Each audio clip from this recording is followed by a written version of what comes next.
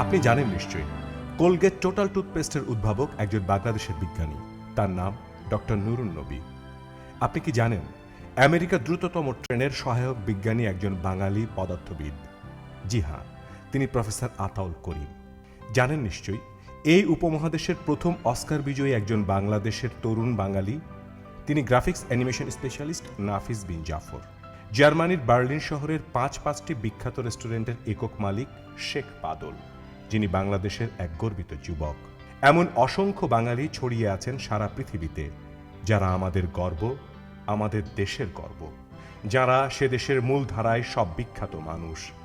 সেই সব সফল বাঙালিদের নিয়ে আমাদের এই ধারাবাহিক অনুষ্ঠান বিদেশে বিশিষ্ট বাঙালি।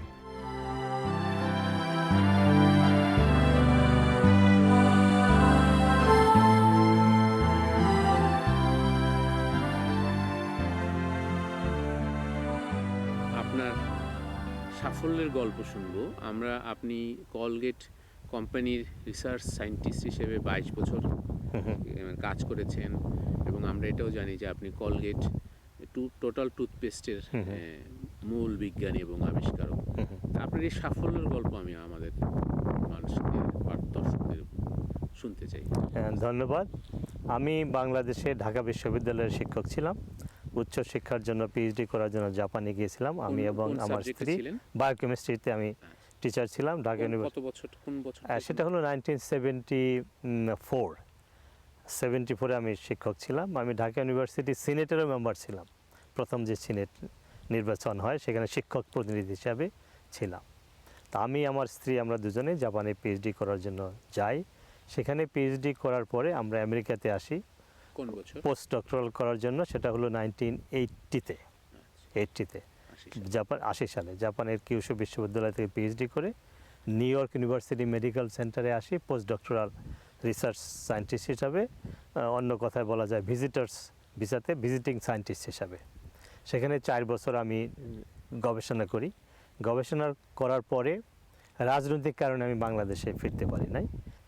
তখন আমি চাকরি খুঁজলাম এবং কোলগেটে আমি বিজ্ঞানী হিসাবে চাকরি পেয়ে গেলাম, রিসার্চ সায়েন্টিস্ট হিসাবে। সেটা হলো 1984। যখন দেশে আমি ফিরতে পারলাম না, তখন ঢাকা বিশ্ববিদ্যালয়ের চাকরির থেকে পদত্যাগ করে আমি এখানে ইমিগ্রেশন নিয়ে কোলগেটে জয়েন করি এবং কোলগেটে রিসার্চ সায়েন্টিস্ট হিসাবে আমি কাজ শুরু করি 1984-এ। সেখানে আমি 22 বছর কাজ করেছি।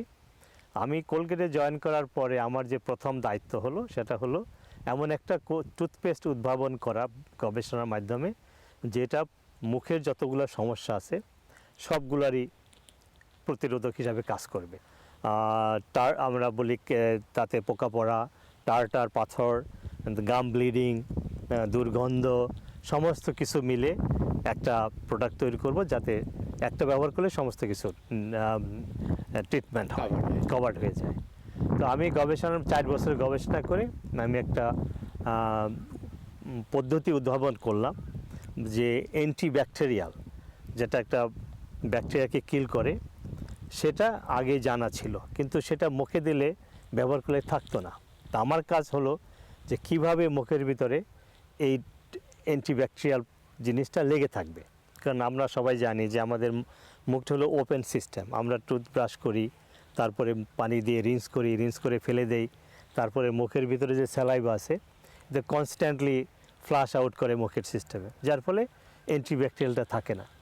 তা আমি একটা আবিষ্কার করলাম যে একটা পলিমার একটা কেমিক্যালের সাথে যদি আমরা এটা মিক্স করে দেই, তাহলে কেমিক্যালের সাথে ওই অ্যান্টিব্যাকটেরিয়ালটা অ্যাটাচ হয় এবং ওই কেমিক্যালের মাধ্যমে মুখের ভিতরে 24 ঘন্টা থাকে। আচ্ছা, আপনি যদি এখন সকালবেলা ওইটা দিয়ে ব্রাশ করেন, আচ্ছা, পরের দিন সকালবেলাও আমি আপনার মুখে ওই কেমিক্যালসটা পাবো। অর্থাৎ হলো যে এই আবিষ্কার ওই অ্যান্টিব্যাকটেরিয়ালটাকে বেশি করে ডেপোজিশন দিচ্ছে মুখের ভিতরে আর বেশিক্ষণ থাকছে, যার ফলে মুখের যত প্রবলেম সবগুলো টেক কেয়ার হচ্ছে। এটা FDA, federal drug administration of America, তারা গবেষণা করে, তারা রিভিউ করে এটাকে অ্যাপ্রুভ করে, স্বীকৃতি দিল। এবং এটা আমরা ফিল্ডে প্রায় 40-50 হাজার লোকের উপরে এটা আমরা রিসার্চ করি সারা বিশ্বে। এটাকে আমরা ক্লিনিক্যাল স্টাডি বলি। তারপরে গবেষণা করে আমরা ডকুমেন্টেশন তৈরি করে যখন FDA-তে আমরা সাবমিট করি, FDA 96-এ এটা অ্যাপ্রুভ করে অ্যাজ এ অ্যান্টিব্যাকটেরিয়াল টুথপেস্ট, নাম হলো কোলগেট টোটাল। আচ্ছা। তো আমি এই সাফল্য অর্জন করার পিছনে আমি কতগুলো প্রিন্সিপাল আমি ফলো করতাম, যে নিষ্ঠা এবং পরিশ্রম এবং ডেডিকেশন এবং ফোকাস, এই প্রিন্সিপালগুলো ফলো করে আমি কাজ শুরু করি। এবং 4 বছরে আমি যখন এটা উদ্ভাবন করি, ডিসকভার করি বা ইনভেন্ট করি, তখন আমি প্রথম প্যাটেন্ট হয় আমার, এবং সেই প্যাটেন্টের বেসে আমরা প্রোডাক্টটা ডেভেলপমেন্ট শুরু করি। এটা প্রায় 10 বছর লেগেছিল। এবং এই প্যাটেন্টের উপরে, এই আবিষ্কারের উপরে এবং এর আনুষঙ্গিকের উপরে আমার প্রায় 50টা প্যাটেন্ট রয়েছে এবং 150টার মতো পাবলিকেশন রয়েছে, যাকে আমরা রিসার্চ পাবলিকেশন বলি, সায়েন্টিফিক পাবলিকেশন বলি। তো টোটাল আমার প্যাটেন্ট এবং পাবলিকেশন মিলে প্রায় 100-র উপরে আমার এই সংখ্যা। আর আমি এই সাফল্য অর্জন করার জন্যই আমি কোম্পানির থেকে অনেক রিকগনিশন পেয়েছি, সম্মান পেয়েছি, প্রমোশন পেয়েছি। এই সমস্ত চিন্তাভাবনা করেই আমি রিটায়ারের প্রস্তাব দিয়েছিলাম কোম্পানিকে। প্রথম কোম্পানি রাজি হয় না, পরে যেহেতু সেটা কোন বছর? সেটা হলো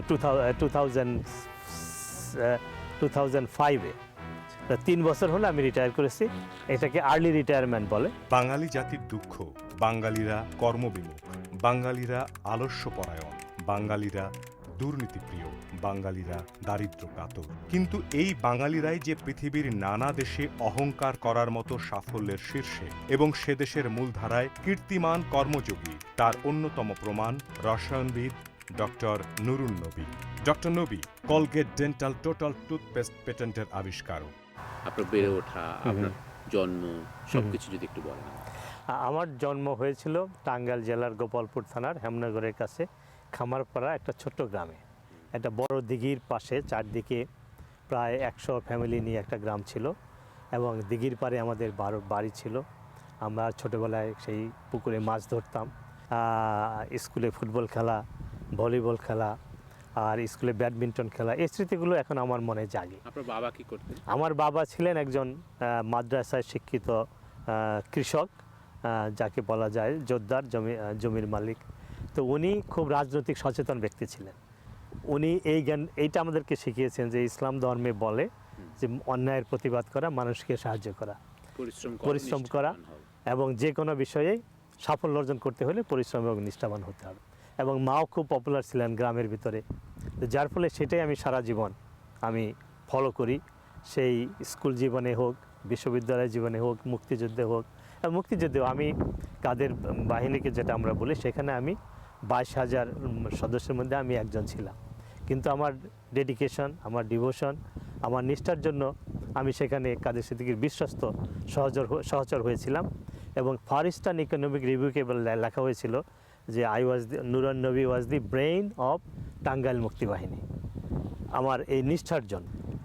আমার কথা যদি আপনি চিন্তা করেন যে আমি ছোট্ট একটা গ্রামের থেকে বড় হয়ে, জন্ম হয়ে আমি এখন আমেরিকায় বাস করি, এখানে মেন স্ট্রিমের পলিটিক্সে আমি ইনভলভ, আমি একজন বিজ্ঞানী, এটা অনেকটা মনে হয় যে আমি possibly I am a chosen. আমি অবশ্য এই মুক্তি সংগ্রামের আমার একটা আত্মজীবনীমূলক একটা বই আমি লিখেছি, নাম দিয়েছি জন্মেছি এই বাংলায়।